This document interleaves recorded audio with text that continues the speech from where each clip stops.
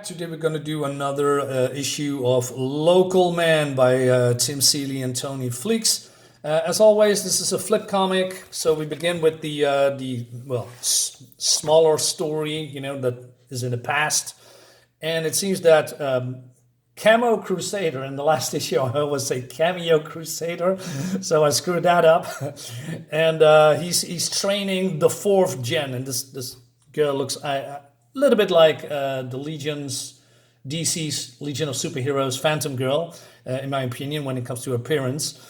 And this girl looks a little bit like also a superhero from the 90s that controls water, tidal wave. I'm not sure, but it looks like it, but it's not. Anyway, so they're doing some training. I'm not going all into whole details because this is more like a very short stories. So new heroes, they have their own personalities, right? They want to have a little bit of frat boying here going around, and she just said, hey, I'm not going to do that. But then there's some lesbian action, but Camo Crusader doesn't like that because he's a very religious man. So he says no. And then he goes off on a rant. And so he says, I won't do it. I won't let my legacy fall to these degenerates. I'll stay until I die of old age before I let them taint them. So he wants to put the whole project on hold. And so it seems that of all of these superheroes, Crosscheck is the only one that is getting a pass, right? And but then he gets there's another voice, and he says, "Hey, don't be so impulsive, Mr. Crusader. The future will be better tomorrow." And so he's going a little bit against that, but then, oh no, it seems that this is the president, and the president wants to have, a team of superheroes that he can command or something, right? So there's more than just, good guys training other youngsters to be heroes. No, there's way more than that. Anyway, and then we see these other guys in pods what looks the same. So these are clones, all right? And then we see, look at this. Remember the 90s guys? This looks so awesome. Wow. I wouldn't mind to have Crosscheck, turn into some kind of a cyborg action hero. Looks amazing. Anyway, so then we go to the original story. And in the last issue, Camo Crusader was killed. You can check it out, my video, if you want to have the full scoop, and subscribe to my channel if you like what you are seeing, right? So we see here Crosscheck is here in the 4th gen building. Nobody's there, by the way, only him. So cops coming, superheroes coming in, and we see Crosscheck's, well, he's not really his friends, but he's the cop of the town, and he's been, shot by or stabbed by Camo Crusader, and he is actually the husband of a high school friend of his that he's screwed, and he knows that. He doesn't like that, he has some kind of resentment against Crosscheck. So Crosscheck, and he has this dog with him, enters a room, and he's looking at all these pictures of these former teammates, right? And so he says, I never thought much about the other guys after I left. I guess I figured they didn't pass muster, I never thought about hard to process Camo Crusader stealing their ability to give to someone else, right? So he names them from, hey, this is Meltdown, this is King Bee, and hey, what's her power? And this guy says, Peekaboo. That was her name, and this teleport is getting slashed. So the killer of, of many, I'm not sure heroes, but villains, Hodag. That was the arch villain of Crosscheck. He killed him. He is the killer, actually. It's been revealed, a little bit of a spoiler, but it's been revealed in this comic. And so he says, you killed Hodag. Yeah, I put him out of his misery. He came to you for help. And what did you do? The can't miss kid always hits whatever in front of him. Well, I ain't in front of you. I'm in Grandma's backyard. I am at the water slides. I'm running past the corpse of the guy you shot in the fucking eyeball. And you bitch, you're right where I want you. So yeah, he teleports in front of them, and then his own glass is now hitting his face. He says, yeah, I'm gonna take my time on you, cross-jack. And not just because you killed the goddamn camera crusader, savior of real America, a piece of shit like you, I'm gonna make this hurt. But it headbutts him. Why? Because I slept with Camel Crusader's wife? But then, so this is supposed to be blood, right? But it looks like I don't know, like he's spilling oil. Why isn't this red? And the other guy says, ain't nobody cares who you fuck anymore, jack off. It ain't the 90s. Look around, dipshit. How come this place is empty? How come there ain't cars in the parking lots? Why is half this town is out of work? This place was supposed to put this map on the map. This town on the map. Superhero training facility jobs, security. And there ain't no jobs here. It's just bingo on Fridays. 4-H in the summer. All because you left, city boy. So yeah, basically this weirdo is blaming Crossjack for leaving the city, and then therefore the city is, being, going back into the dumpsters or whatever. And a lot of unemployment, people being miserable and all this stuff. Along with this guy. My old man was supposed to work here before you abandoned this town. Do you know what he did what he did to make a living after that? He delivered newspapers. Died a 64-year-old paper boy. I ain't going out like that. I'm somebody. So then he says, I'm a young blood. See what he did there? A wildcat, a fucking hellspawn. Well, I like that. Not some fake ass third gen. But he said, Christ said, well, we saved the world. Yeah, you done considerable. This town looked to safe to what? How does that say? You done considerable. This town looks safe to you. Oh yeah, looks safe to you. I'm the one who's a fucking superhero here. Infiltrating secret headquarters, killing bad guys. I get it done. I use this power the way it should have been used. Heir to the Camel Crusaders' legacy, a straight up fucking badass. This nobody is actually pretty formidable. He can hold his own. And then he has this teleportation power as well under his belt. And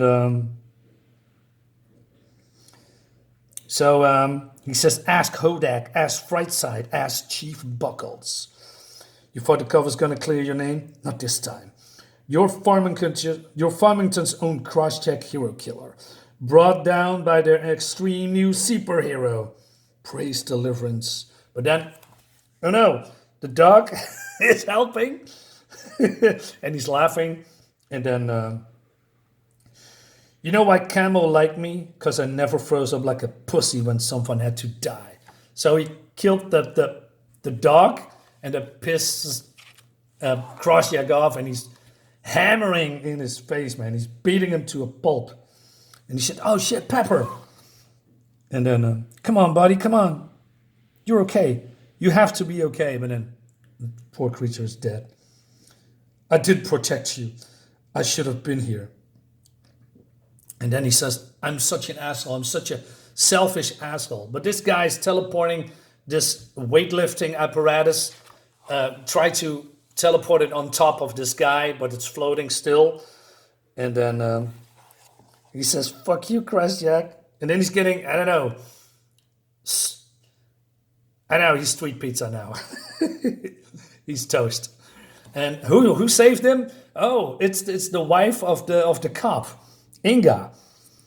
He said, how do you get in here? Is Brian? Yeah, Brian called me, and she sends the ambulance, right? Took his gun. Jack, what is all this?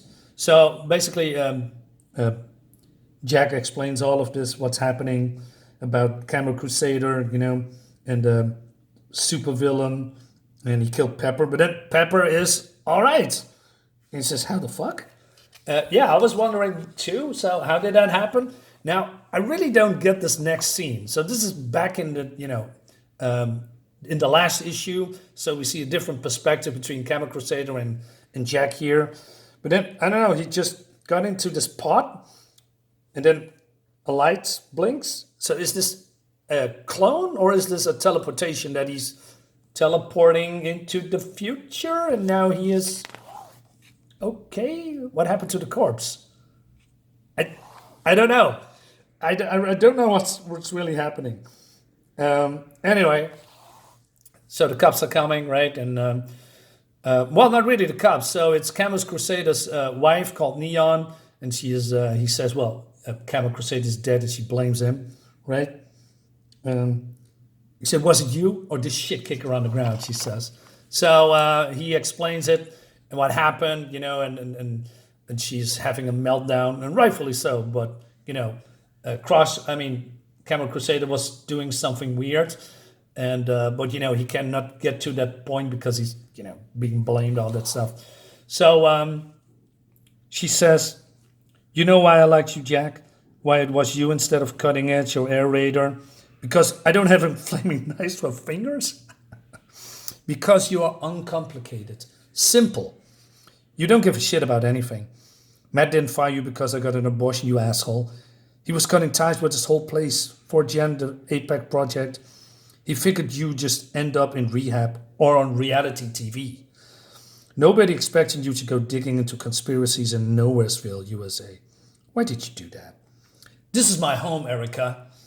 Is it? I don't think you believe that. You don't care about this place or any other place. That's why I didn't go through with it. Why I didn't have your child. I knew you wanted to get this fuck out of this town so bad. You make sure your arch enemy attacked a ribbon cutting ceremony so you could show off. I knew that beneath all that gee golly who we help here, what do we save bullshit, was someone who cared about one goddamn thing over or anyone. His image. Wow, he gets a reality check. But that was back in the day. I believe Crosscheck has really changed, but these guys don't give him some slack about that, right? And then Crosscheck's, feeling really bad about the whole situation, and he wants to do better. And so we see this cop here with Inga at his side. But then, so he goes back to his dad. And so he says, maybe I'm not supposed to save the world. Maybe I can be a superhero, but I can do little things small. Start small. I can be a good guy. Oh, really? So he's sleeping with a cop wife again. So she's cheating on poor guy. And she says, I always thought you were a pretty good guy, Jack, but you should get your shit on and get out of here. Brian's mom is bringing the kids home soon. So he's just bringing the dog with him. And so he's calling then an Uber, and it's the same guy from the first issue. And he says, oh, here we go again, fucking Crosscheck. So he says, I'm not Crosscheck, I'm Jack Xavier, defender of Farmington, Wisconsin. Yeah, well, fuck him too. Stupid fucking name. Okay, just right. But that's not the end of it. It seems that Inga, I didn't know, that was a nice surprise, is getting a call by some kind of investor, right? And the call says, we expect a report, Mr. Johanning. And they talk about what's happened with the Camel Crusader and Crosscheck, right? Like I've been saying for years, Camel Crusader only complicated things, too concerned with his kids or whatever. Hard to keep anything quiet with a screaming, roid-rage super commando in the mix. You want to do business? Talk to a businesswoman. So this boy says, because they are on some conference call, I've been working with Mr. Crusader since the very beginning. So could this be the president that we see on the flip comic, right? That is talking about. He said in Crosscheck, I assume he'll be eliminated next. Don't worry, I'll handle Crosscheck. My primary concern is only on the product line. I want super labels that work. So she says hydroelectric, irrigation, super strength heating. human petroleum manufacturing, teleportation, mix and match however you need them. And I trust your connections to this area won't get in the way of the next human trials. Sir, I learned the hard lessons about this place when I was a teenager. You take what you need from this town and then get the fuck out. Yeah, that's what Crossjack did. So the whole cloning, brainwashing teenagers into super weapons going to continue. And we're going to continue in the next book. So I believe I pre-ordered issue number 6 and 7. I'm a little bit behind that, but that doesn't matter. So overall, great stuff again of Local Man. This is really a surprise for me. I didn't know I liked this so much. We're going to dive into the next book pretty soon, guys. Thank you so much for watching, and see you on the flip side. Bye-bye.